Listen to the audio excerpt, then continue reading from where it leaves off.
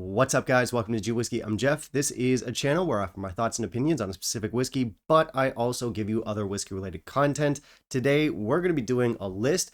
I want to go over 5 particularly controversial whiskeys today. It's going to be really interesting. Stick around.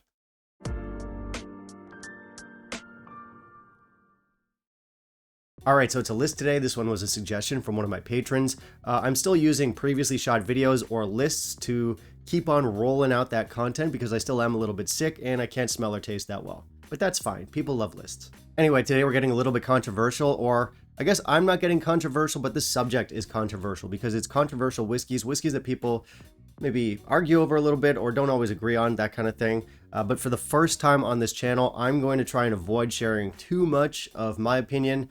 I'm actually going to try and be fair and balanced here.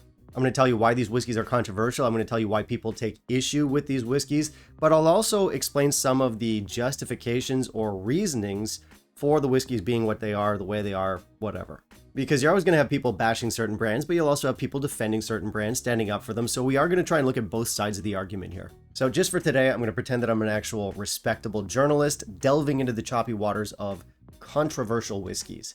In fact, you know what? There we go. Much better. This won't work. I'm immediately too hot. Anyway, for the whiskeys on this list, some are going to be specific brands or distilleries, some are going to be sets of whiskeys, and some are just going to be these like huge umbrella terms. And for each of the controversies that I mentioned, I'm going to put up a picture of a bottle that I think is a good poster child for the controversies. Finally, guys, I do have a mystery pour in the glass here. This is a delicious whiskey. It's from one of the whiskeys in the groupings today, and your hint is jellyfish. So stick around to the end of the video and I'll share with you what that is, and I suppose that is all of our bases covered, so let's not waste any more time. Let's jump into our list. In the meantime, if you'll kindly leave a like down below, that would be greatly appreciated. Okay, kicking things off at number 5, we have by far the biggest, broadest umbrella category on this list, and that is Japanese whiskey. Now, Japanese whiskey is pretty controversial. It's too expensive. It's often very hard to find, and the common complaint is that it doesn't deliver for the high price tag. And these inflated price tags started just over a decade ago when Japanese distilleries, seemingly all simultaneously, just ran out of aged stock. And the reason for that is that a generation prior to that, there was a big slump in the market. People were not buying Japanese whiskey, and as a result, the producers made less whiskey. But of course, eventually the market did recover. Demand came back, such as the cyclical nature of these things. But by the time the 2010s rolled around, they just hadn't been making enough whiskey in the previous decades, and all the producers were like, sorry guys, we don't have enough aged stock. And of course, the market reacted the way markets do. People started saying, hey, you know what? That Yamazaki 18 that Jeff used to buy for $120 US, let's jack that the fuck up.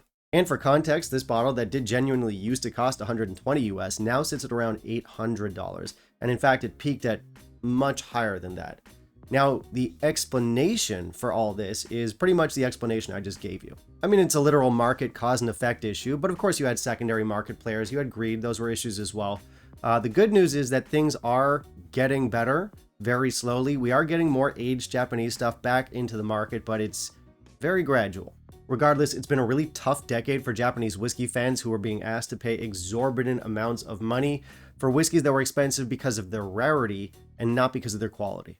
So it's a very interesting time for Japanese whiskey. And of course, I want to hear from you guys. So do you guys buy Japanese whiskey at all? Why? Why not? What are your thoughts on this whole debacle? You can let me know that down below. Coming in at number 5, Japanese whiskey. So for number 5, we zoomed way out and we looked at an entire country's worth of whiskey. For number 4, we're going to be zooming in and we're going to be looking at a specific brand, but a very big brand, the biggest brand, in fact, Johnnie Walker. Now, Johnnie Walker is controversial because it kind of sits at the heart of the debate you always hear between single malt enthusiasts, aka snobs like me, and casual consumers.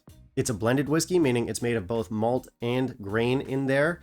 It's mass produced and it's generally a very rounded and smooth product. And yes, it does feel like a product. And single malt enthusiasts have been known to criticize it. They say that it doesn't boast the same level of individual character that you find in single malts. They say it has less personality, they say it's softer, has more general flavors, and even if these enthusiasts are fans of blends, they'll tell you that Johnnie Walker is not one of the better or more interesting blends out there. And while many of these guys still will enjoy a Johnnie Walker from time to time, a lot of people don't mind the 12-year-old black, a lot of people don't mind the all malt 15-year-old expression, and they'll even maybe throw in a bit of Johnnie Walker Red into a cocktail. But where a lot of these guys will take issue is the more premium and much more expensive end of the range, so stuff like Johnnie Walker Blue, for example, which is known to have substantially older whiskey in it, but it's still officially a no age stated release, and the usual arguments apply, so it's too round, too soft, lacking any distinct character. Now, the counterpoint that you'll hear to stuff like that is people will say, not every whiskey needs to be this incredibly unique or incredibly challenging whiskey that's brimming with character. There's absolutely nothing wrong with sitting back and enjoying a rounded, soft, casual, easy sipping whiskey. And you'll even hear that about the older, fancier stuff. So the blue, people are willing to pay money for it. A lot of people are willing to pay money for the blue. They just want a casual, smooth pour, but they do want something more refined. They're willing to dish out. Meanwhile, you have the single malt crowd who says that is way too much money for a very forgettable experience. And that really lies at the heart of this debate. Now, it's not always necessarily focused on Johnnie Walker. It just often is, simply because Johnnie Walker is the biggest global Scotch brand there is. But this could be applied to pretty much any big brand blend. So it is an interesting debate. Again, I'll send the question out to you guys. How do you feel about blends? How do you feel about Johnnie Walker? Do you ever buy Johnnie Walker? Blah, blah, blah. Comes in at number 4, Johnnie Walker. All right, so for number 3, we're getting even more specific. This is another Diageo-owned brand. They own Johnnie Walker. They also own this brand. This brand is a specific distillery. It's a specific whiskey, and that whiskey is Talisker. And Talisker does not enjoy the reputation it once did. Talisker's made quite a few controversial moves in recent years. The first one we can zone in on is the 18-year-old debacle, where a few years back, Talisker seemingly overnight jacked up the prices on the 18 quite substantially. Now, it wasn't the 18 specifically. They did it with a bunch of their other older or well-aged whiskeys. But I think for enthusiasts, most enthusiasts, the 18 price hike is the one that stung the most. Because prior to that, the Talisker 18, while not a cheap whiskey, was much more on par with what you would expect to pay for an 18-year-old. And then the price hike happened and the price shot up seemingly overnight. In a lot of markets, it was like 150. Some markets had it even, 180% its previous price tag. And listen, prices go up across the board for most whiskeys with time. But those are gradual shifts, and this just seemed very jarring. It felt very sudden, it felt very intentional, and people just did not appreciate it. So that was controversy 1. Next up, we have controversy 2, and that came with Talisker's rebrand a few years back. And to be clear, people weren't upset that Talisker rebranded and changed their label, although people don't like the new label a lot. More specifically, people took issue with the change in flavor that came with that rebrand. Namely, change in flavor of the 10-year-old. Now, the 10-year-old is considered a classic by many. It's kind of like a tentpole whiskey for Talisker.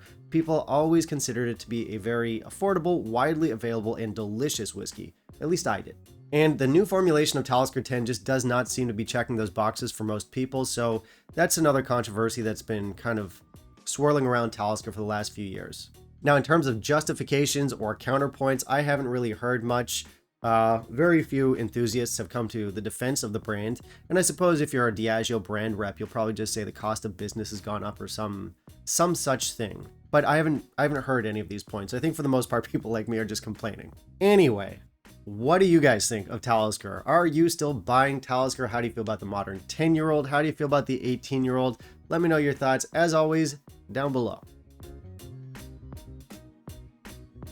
All right, coming in at number 2, this is not a brand, it's a set of whiskeys. It's comprised of various brands.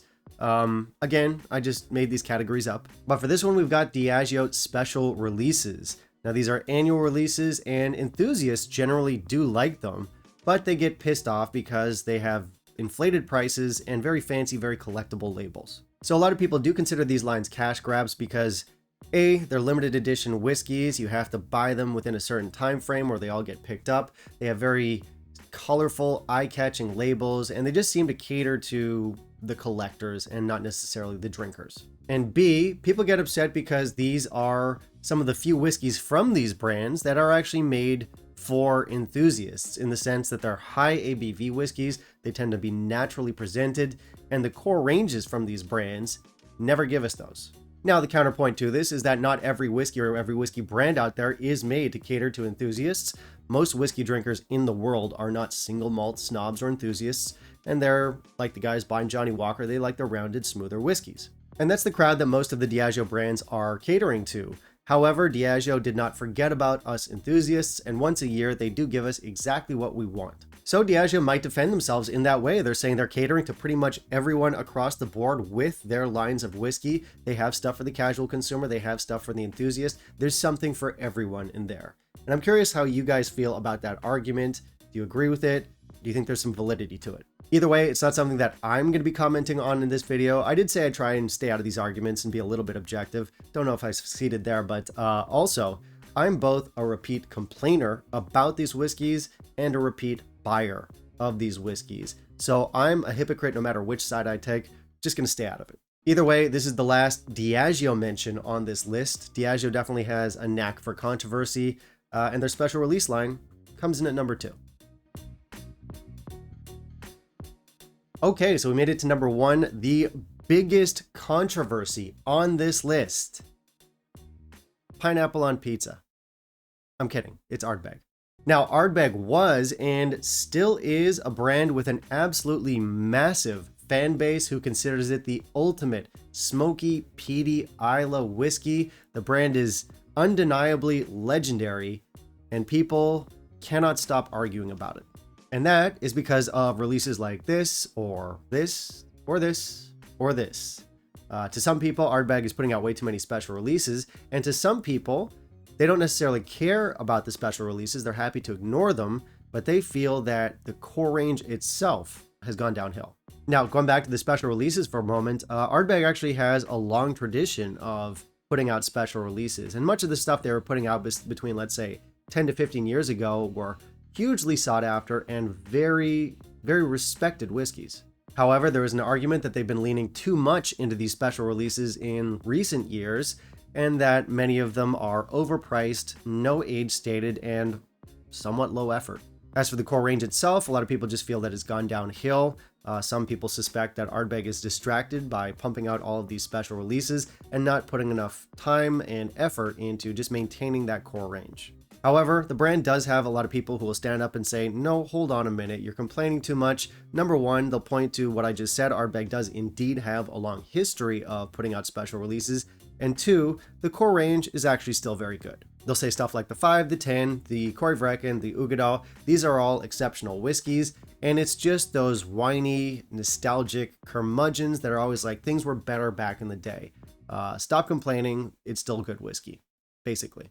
As far as I'm concerned, I'm not going to comment on this stuff today, but if you've seen many of my previous videos, you probably know where I stand on this issue, but I want to hear from you. So how do you guys feel about modern Ardbeg? As good as ever, gone downhill, somewhere in the middle? Let me know. Either way, it's always a very spicy topic among enthusiasts, which is why it's number 1. Ardbeg.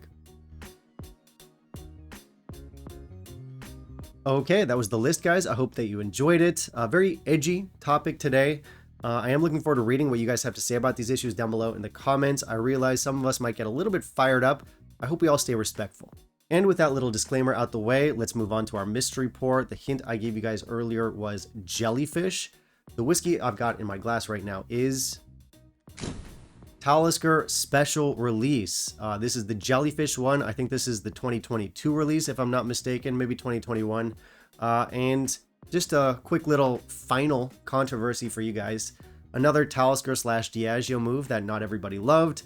After this one, the following year for the Talisker Special Release, they jacked up the price as they often do, and they also removed the age statement. So we're just on fire. We're just cranking out these controversies today. Anyway, that is the last one, I promise, and that actually brings us to the end of the video. So again, hope you guys like this one. Hope we're respectful down below in the comments. Guys, if you want to help out with the channel, I have both Patreon and PayPal linked down below. Anything and everything helps. Huge thank you to those of you who are already supporting the channel, and I suppose I'll catch you all with the next video. Bye, guys.